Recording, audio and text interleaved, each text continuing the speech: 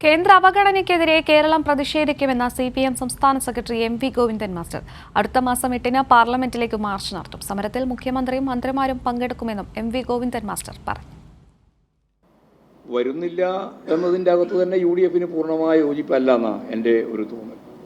അതിൽ വ്യത്യസ്തതകളുണ്ട്. പക്ഷേ ഒരു മുന്നണി എന്ന രീതിയിൽ അവരിപ്പോഴും വരുന്നില്ല എന്ന് തീരുമാനിച്ചിരിക്കുന്നു. ഗവൺമെൻറ് കേരളത്തിന് നൽകേണ്ടുന്ന കൃത്യമായിട്ടുള്ള വിഹിതം അതിന് അവകാശപ്പെട്ടതാണ്. ആ അവകാശപ്പെട്ട വിഹിതം തരുന്നില്ല. അത് കൃത്യമായിട്ട് പറഞ്ഞു കഴിഞ്ഞാണ് 64,000 കോടി രൂപ കുടിശ്ശിക ഉൾപ്പെടെ തരാൻ ബാക്കിയാണ്. അത് വെച്ചുകൊണ്ടുള്ള അതിശക്തിയായിട്ടൊരു സമരത്തിലേക്കാണ് ജനങ്ങളെ അണിനിരത്തിക്കൊണ്ട് കേരളത്തിലാകെയും മറ്റ് പ്രതിപക്ഷ ഗവൺമെൻറ്റുകളുടെ പ്രതിനിധികൾ ഉൾപ്പെടെ ചേർത്തുകൊണ്ട് ഡൽഹിയിലും കേരളത്തെ ആകെ ജനാധിപത്യ സംവിധാനത്തിൻ്റെ ഭാഗമായിട്ട് പ്രതിപക്ഷം ഉൾപ്പെടെ പോകണം എന്നായിരുന്നു തീരുമാനിച്ചതെങ്കിലും അതിനിപ്പോഴും നിങ്ങൾ തന്നെ പറഞ്ഞതുപോലെ അങ്ങനെ ഒരു യോജിച്ച സമരത്തിന് രാഷ്ട്രീയ കാരണങ്ങൾ കൊണ്ട് ഞങ്ങൾക്കാവില്ല എന്നാണ് കൃത്യമായ പച്ച മലയാളം.